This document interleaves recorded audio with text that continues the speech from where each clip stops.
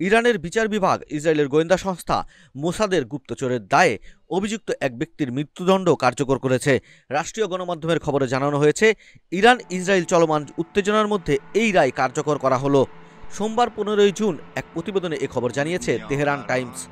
প্রতিবেদনে বলা হয়েছে, অভিযুক্ত ব্যক্তির বিরুদ্ধে পূর্ণাঙ্গ বিচারিক প্রক্রিয়া সম্পূর্ণ করা হয়েছে এবং ইরানের সর্বোচ্চ আদালত রায় বহাল রাখে।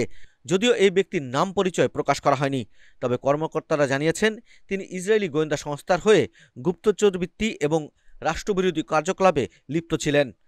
মৃত্যুদণ্ড কার্যকরের ঘোষণার পাশাপাশি আরও 4 জন মোসাদ সংশ্লিষ্ট সন্দেহভাজন ব্যক্তিকে গ্রেফতারের তথ্য জানিয়েছে ইরান কর্তৃপক্ষ। ইসলামী প্রজাতন্ত্র ইরানের পুলিশ কমান্ডের মুখপাত্র সাইদ মুনতাজের আল মাহাদি জানিয়েছেন, রাজধানী তেহরানের রে কাউন্টির ফাশাফুয়েদ জেলার রোববার 2 জন মোসাদ সংযুক্ত ব্যক্তি গ্রেফতার হন। ওই অভিযানে নিরাপত্তা বাহিনী তাদের কাছ থেকে 2 কেজির বেশি বিস্ফোরক, 23টি ড্রোনের সরঞ্জাম, লঞ্চার সহ অন্যান্য সামগ্রী জব্দ করে।